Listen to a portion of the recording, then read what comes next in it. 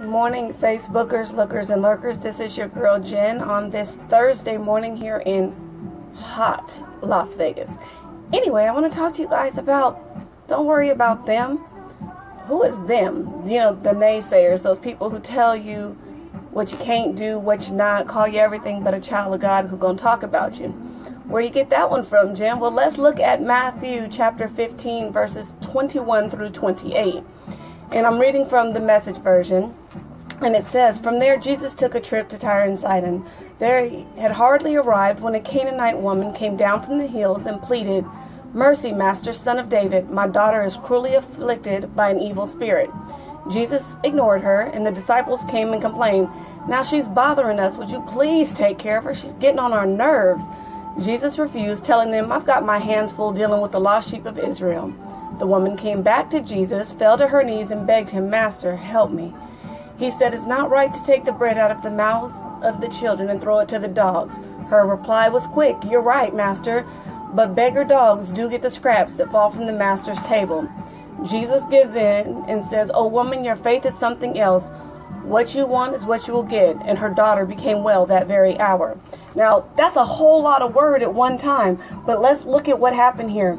Number one, this woman pressed on. Now, can you imagine? She is a Canaanite woman. She is not even supposed to be in the presence of these men. She's not supposed to even, this wasn't for her. He didn't come for her people, you know? So she was desperate. She pressed on. Can you imagine that conversation coming down on the way to talk to Jesus? Oh, here I go.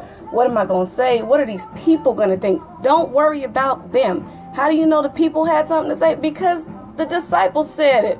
You know, she's bothering us. She wasn't bothering them. She was trying to get to him. It ain't about you. Stop getting in the way of somebody else's blessing. And furthermore, no matter what they say, no matter what those people who say you can't go back to school, those people who say, you know what, you'll never make it, those people says your situation, don't listen to them. Don't listen. But let's look at her. She was short in her prayer, in her request. She was direct and she was respectful, and she pressed on even when he ignored her the first time, because he didn't give her a response at first.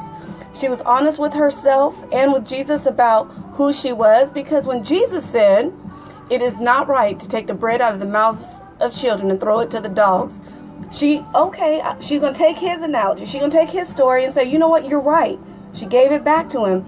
But even the beggar dogs do get the scraps that fall from the Master's table.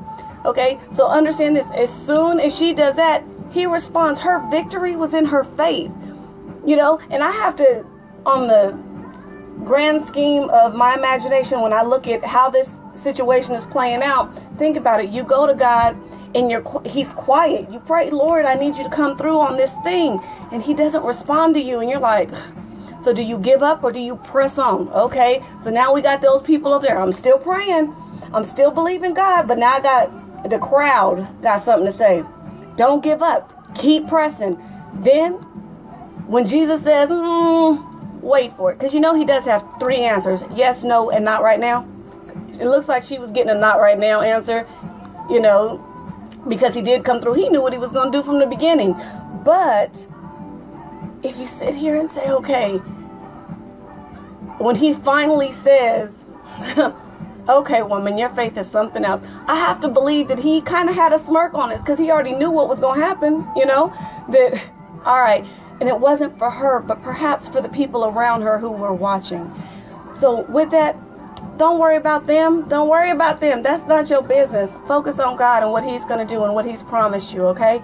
I'm going to get ready for work. You guys have an amazing day, and I will chit-chat with you on tomorrow. Bye. Be blessed.